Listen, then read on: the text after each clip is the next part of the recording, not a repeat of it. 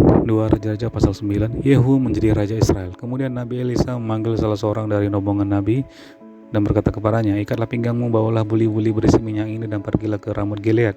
Apabila engkau sampai di sana, carilah Yehu bin Yosafat bin Nimsi, masuklah, ajak dia bangkit dari tengah-tengah temannya dan bawalah dia ke ruangan dalam. Kemudian ambillah buli-buli berisi minyak itu, lalu tuangkan isinya ke atas kepalanya dan katakan, beginilah firman Tuhan, telah kurapi engkau menjadi raja atas Israel. Sesudah itu bukalah pintu, melarilah dan jangan berlambat-lambat. Lalu Nabi muda itu pergi ke Ramot Gilead. Setelah ia sampai, maka tampaklah panglima-panglima tentara sedang duduk berkumpul. Lalu ia berkata, ada pesan kubawa untukmu ya panglima. Yehu bertanya, untuk siapa dari kami sekalian? Jawabnya, untukmu ya panglima. Lalu bangkitlah Yehu dan masuk ke dalam rumah. Nabi muda itu menuang minyak ke atas kepala Yehu serta berkata kepadanya, beginilah firman Tuhan, Allah Israel, telah kurapi engkau menjadi raja atas umat Tuhan, yaitu orang Israel. Maka engkau akan membunuh keluarga tuanmu Ahab, dan dengan demikian aku akan membalaskan kepada Izabel darah hamba-hambaku nabi-nabi itu, bahkan darah semua hamba Tuhan. Dan segenap keluarga Ahab akan binasa, dan aku akan melenyapkan daripada Ahab setiap orang laki-laki baik yang tinggi maupun yang rendah kedudukannya Israel. Dan aku akan memperlakukan keluarga Ahab sama seperti keluarga Yerobeam bin Nebat, dan sama seperti keluarga Baisa bin Ahia. Izabel akan dimakan anjing di kebun di luar Israel dengan tidak ada orang yang menguburkannya. Kemudian Nabi itu membuka pintu lalu lari. Apabila Yehu keluar mendapatkan pegawai tuannya, berkatalah seorang kepadanya, apa kabar? Mengapa orang gila itu datang kepadamu? Jawabnya kepada mereka, kamu sendiri mengenal orang itu dengan omongannya. Tetapi mereka berkata, dusta, cobalah beritahukan kepada kami. Lalu katanya, beginilah dikatakannya kepadaku. Demikianlah firman Tuhan, telah kurapi engkau menjadi raja atas Israel. Segeralah mereka masing-masing mengambil pakaiannya dan membentangkannya di hadapan kakinya begitu saja di atas tangga. Kemudian mereka meniup sangkakala serta berseru, Yehu raja. Demikianlah Yehu bin Yosafat bin Nimsi mengadakan persepakatan melalui Yoram. Adapun Yoram sedang berjaga-jaga di Ramot Gilead bersama-sama dengan segenap orang Israel menghadapi Hazael dan Raja Aram. Tetapi Raja Yoram sendiri telah pulang ke Israel supaya luka-lukanya diobati yang timbulkan orang Aram pada waktu ia berperang melawan Hazael Raja Aram. Yehu berkata, jika kamu sudah setuju, janganlah biarkan siapapun meloloskan diri untuk kota memberitahukan hal itu kepada Israel. Ayat 16, Yoram dan Ahazia dibunuh. Kemudian Yehu naik kereta dan pergi ke Israel sebab Yoram berbaring sakit di sana. Juga Ahazia, Raja Yehuda, datang menjenguk Yoram. Ketika penjaga yang sedang berdiri di atas menara di Israel melihat pasukan Yehu datang, berserulah ia, ada kulihat sesuatu pasukan, berkata Yoram, ambillah seorang penunggang kuda, suruhlah ia menemui mereka, serta menanyakan apakah ini kabar damai.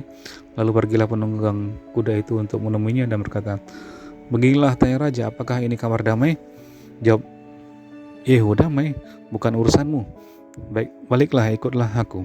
Dan penjaga itu memberitahukan, suruhan sudah sampai kepada mereka, tapi ia tidak pulang. Disuruhnyalah penunggang kuda yang kedua, dan setelah sampai kepada mereka, berkatalah ia, beginilah tanya raja, apakah ini kabar damai? Jawab Yehu, damai, bukan urusanmu, baliklah, ikutlah aku. Dan penjaga itu memberitahukan, sudah sampai ia kepada mereka, tetapi ia tidak pulang. Dan cara memacunya adalah seperti cara Yehu, cucu Nimsi, memacu sebab ia memacu seperti orang gila. Sesudah itu berkatalah Yoram, pasanglah kereta. Lalu orang memasang keretanya, maka keluarlah Yoram Raja Israel dan Ahazia Raja Yehuda masing-masing naik keretanya. Mereka keluar menemui Yehu lalu menjumpai dia dan di kebun Nabot orang Israel itu. Tatkala Yoram melihat Yehu, bertanyalah ia, apakah ini kabar damai, hai Yehu? Jawabnya, bagaimana ada damai selama sundal dan orang sihir ibumu Izabel begitu banyak? Segera Yoram berputar dan mau melarikan diri sambil berseru kepada Ahazia, itu tipu Ahazia. Tetapi Yehu menarik busurnya dengan sepenuh kekuatannya lalu memanah Yoram di antara kedua bahunya sehingga anak panah menembus jantungnya, maka rebahlah ia di dalam keretanya. Kemudian berkatalah Yehu kepada Bidkar perwiranya, angkat dan lemparkanlah mayatnya ke kebun Nabot orang Israel itu, sebab ketahuilah bahwa pada waktu aku dan engkau berdampingan menunggang kuda mengikuti Ahab ayahnya, maka Tuhan telah mengucapkan terhadap dia hukuman ini. Sesungguhnya aku telah melihat darah Nabot dan darah anak-anaknya tadi malam, demikianlah firman Tuhan, maka aku akan membalaskannya kepadamu di kebun ini. Demikianlah firman Tuhan, oleh sebab itu angkat dan lemparkanlah mayatnya ke kebun ini sesuai dengan firman Tuhan. Ketika Ahazia Raja Yehuda melihat itu, maka ia pun melarikan diri ke arah Bet Hagan, tetapi Yehu mengejarnya sambil berkata, "Panahlah dia juga." Maka mereka memanah dia di atas keretanya di pendakian ke Gur dekat Yibleam. Ia lari ke Megiddo dan mati di sana.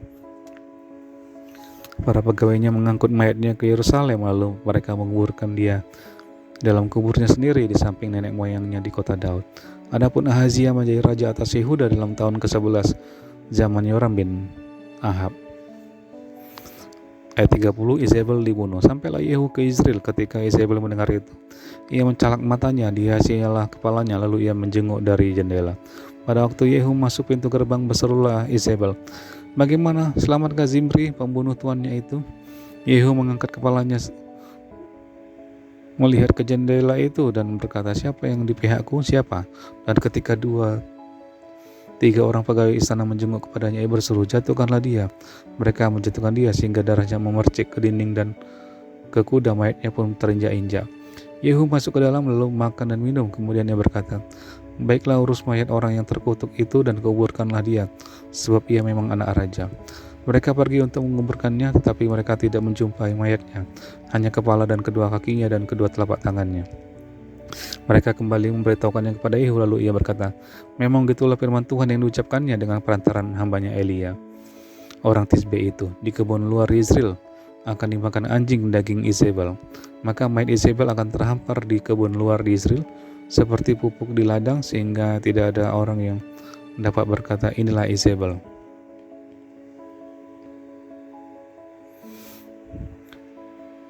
Dua Raja-Raja pasal 10. Yehu memunahkan keluarga Ahab. Ahab mempunyai 70 orang anak laki-laki di Samaria. Yehu menulis surat dan mengirimkannya ke Samaria kepada pembesar kota itu, kepada para tua-tua dan kepada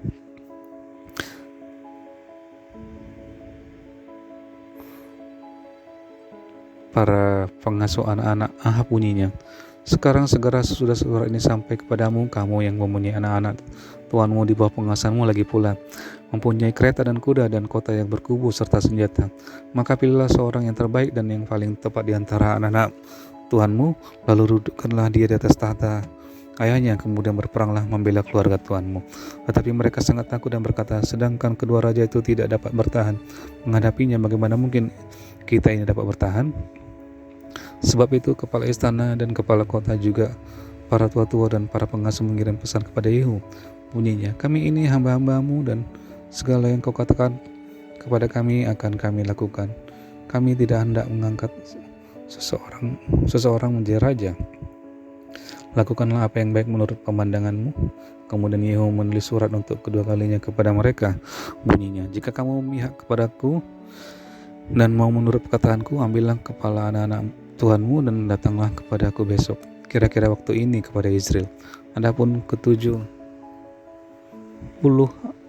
anak raja itu tinggal bersama-sama orang-orang besar di kota itu yang mendidik mereka. Tatkala surat itu sampai kepada mereka, mereka mengambil anak-anak raja itu, menyembelih ke-70 orang itu, menaruh kepala orang-orang itu ke dalam keranjang dan mengirimkan semuanya kepada Yehu di Israel. Ketika suruhan datang memberitahukan kepadanya telah dibawa orang kepala anak-anak raja itu, berkatalah Yehu, "Susunlah semuanya menjadi 2 timunan di depan pintu gerbang sampai pagi." Pada paginya keluarlah Yehu, berdirilah ia lalu berkata kepada segenap orang banyak, "Kamu ini tidak bersalah, memang akulah yang telah mengadakan persepakatan melawan tuanku dan telah membunuh dia. Tetapi semua orang ini, siapakah yang membunuh mereka? Ketahuilah sekarang bahwa firman Tuhan yang telah diucapkan Tuhan tentang keluarga Ahab tidak ada yang tidak dipenuhi. Tuhan telah melakukan apa yang difirmankannya dengan perantaran Elia hambanya." Lalu Yehu membunuh semua orang yang masih tinggal dari keluarga Ahab yang di Israel, juga semua orang yang besarnya, orang-orang kepercayaannya dan imam-imamnya. Tidak ada padanya seorang pun yang tinggalkan Yehu hidup. Kemudian bangkitlah Yehu pergi ke Samaria di jalan dekat Bet Eket, perkampungan para gembala. Bertemulah ia dengan sanak saudara Ahazia, raja Yehuda. Lalu ia bertanya, "Siapakah kamu ini?" Jawab mereka, kami adalah sanak saudara Ahazia dan kami datang untuk memberi salam kepada anak-anak raja dan anak-anak ibu suri. Berkatalah Yehu, tangkaplah mereka hidup-hidup. Lalu tangkaplah mereka hidup-hidup dan disembelih dekat perigi Bet Eket. 42 orang dan tidak seorang pun ditinggalkannya hidup daripada mereka. Setelah pergi dari sana, bertemulah ia dengan Yonadab bin Rekab yang datang menyongsong ia. Ia memberi salam kepadanya serta berkata, apakah hatimu jujur kepada aku seperti hatiku terhadap engkau? Jawab Yonadab, ya, jika ya berilah tanganmu. Maka diberinyalah tangannya, lalu Yehu mengajak dia naik ke sampingnya ke dalam kereta. Berkatalah Yehu, marilah bersama-sama aku supaya engkau melihat bagaimana giatku untuk Tuhan. Demikianlah Yehu membawa dia ke dalam keretanya. Setelah Yehu sampai di Samaria, maka ia membunuh semua orang yang masih tinggal dari keluarga Ahab di Samaria. Ia memunahkannya sesuai dengan firman yang diucapkan Tuhan kepada Elia. Ayat 18, Yehu menghapuskan penyembahan Baal. Kemudian Yehu mengumpulkan seluruh rakyat lalu berkata kepada mereka, adapun Ahab masih kurang beribadah kepada Baal, tetapi Yehu mau lebih hebat beribadah kepadanya. Oleh sebab itu panggillah menghadap aku semua nabi Baal, semua orang yang beribadah kepadanya dan semua imamnya, dan seorang pun tidak boleh tidak hadir, sebab aku hendak mempersembahkan korban yang besar kepada Baal. Setiap orang yang tidak hadir tidak akan tinggal hidup, tetapi perbuatan ini adalah akal Yehu supaya ia membinasakan orang-orang yang beribadah kepada Baal. Selanjutnya Yehu berkata, tentukanlah hari raya perkumpulan kudus bagi Baal. Lalu mereka memaklumkannya. Yehu mengirim orang ke seluruh Israel, maka datanglah seluruh orang yang beribadah kepada Baal, tidak seorang pun yang ketinggalan. Lalu masuklah semuanya ke dalam rumah Baal sehingga rumah itu penuh sesak dari ujung ke ujung. Kemudian berkatalah Yehu kepada orang untuk mengepalai gudang pakaian, keluarkanlah pakaian untuk setiap orang yang beribadah kepada Baal. Maka dikeluarkannya lah pakaian bagi mereka. Sesudah itu masuklah Yehu dan Yonadab bin Rekab ke dalam rumah Baal. Lalu ia berkata kepada orang-orang yang penyembah Baal di situ, periksalah dan lihatlah supaya jangan ada di antara kamu di sini seorang pun dari hamba Tuhan, melainkan hanya orang-orang yang beribadah kepada Baal. Lalu masuklah mereka untuk mempersembahkan korban sembelihan dan korban bakaran. Adapun Yehu telah menempatkan 80 orang di luar dan telah berkata, siapa yang membiarkan lolos seorang pun dari orang-orang yang kuserahkan ke dalam tanganmu, nyawanya lah ganti nyawa orang itu. Setelah Yehu selesai mempersembahkan korban bakaran, berkatalah ia kepada bentara-bentara dan kepada perwira-perwira, masuklah, bunuhlah mereka, seorang pun tidak boleh lolos. Maka dibunuhlah mereka dengan mata pedang, lalu mayatnya dibuang. Kemudian masuklah bentara-bentara dan perwira-perwira itu ke gedung rumah Baal. Mereka mengeluarkan tiang berhala rumah Baal lalu dibakar. Mereka merobohkan tugu berhala Baal itu, merobohkan juga rumah Baal dan membuatnya menjadi jamban. Begitulah sampai hari ini. Demikianlah Yehu memunahkan Baal dari Israel. Hanya Yehu tidak menjauh dari dosa-dosa Yerobeam bin Nebat yang mengakibatkan orang Israel berdosa pula, yang dosa penyembahan anak-anak lembu emas yang di Betel dan yang di Dan. Berfirmanlah Tuhan kepada Yehu, oleh karena kau telah berbuat baik dengan melakukan apa yang benar di mataku dan telah berbuat kepada keluarga Ahab tepat seperti yang dikehendaki hatiku, maka anak-anakmu akan duduk di atas tata Israel sampai keturunan yang keempat.